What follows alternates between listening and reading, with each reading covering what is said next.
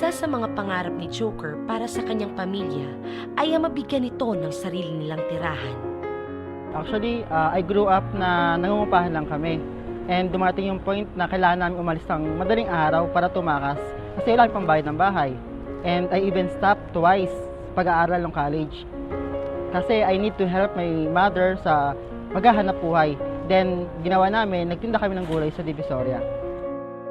Saksi ako sa hirap na dinanas nila. So, minsan naitanong ko kung bakit kailangan pa namin naging mahirap. Though, I wanted to give up. Kaya lang, naiisip ko wala lang tutulong sa kanila. Kaya, dito na buo yung pangarap ko for them. Kaya, pinilit ko mag-aral muli kahit 2 years na akong na-late. Trinay ko talaga na mag-enroll sa PUP. Then, thankful ako nakapasa naman. Kaya lang, kailangan ko pa rin manghiram ng pera para pambayad ng tuition. At tunay nga, may plano talaga si God sa akin. Kasi nahanap ko dun yung team na tutulong sa akin to face all my challenges at para tapagtagumpayan ito. And here I am right now, a professional in my own field.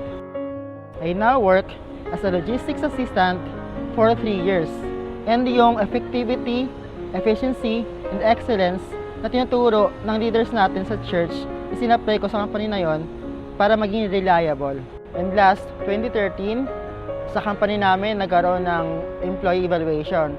And thankful ako kay God kasi I rank number 2. And right now, I'm also part ng Dulos production team. And also, Bishop Oriales 144. And even in my ministry, God has promoted me. So, marami sa people ko na from 17 to 8 is na-promote bilang 144. Sa ngayon, si Joker ay nag-handle ng 83 people kung saan ang kanyang team of 12 ay mostly professionals. At hindi dito nagtapos ang pagpapala ng Panginoon. Pagdating sa kanyang pamilya, natupad ang pangarap niya na magkaroon ng sariling bahay sa Rizal. Maging ang kanyang kapatid ay pinagkalooban ng negosyong mga pinauupahang bahay. Nakagraduate na rin ang kapatid niya bilang isang police officer. At sa ngayon, isa na lamang ang pinag-aaral sa kolehiyo.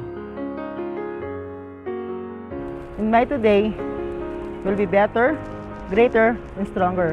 Kasi I know ito yung plano ng God sa buhay ko. And nangyaring lahat ng ito kasi I have the gospel community na kanabibilangan kung saan andun yung mga tao na talagang they bring out the best in me. All of us face challenges, troubles, and trials. Pero we must not give up our dreams. Sabi nga sa 1 Corinthians 15:58, therefore, my dear brothers and sisters, stand firm. Let nothing move you. Always give yourself fully to the work of the Lord, because you know your labor in the Lord is not in vain. Walang sayang sa mga ginagawa natin, as long as part si God sa mga pinagdadaanan natin. Because in Him, everything is not in vain. I am Joker Mariano, and God changed my life story.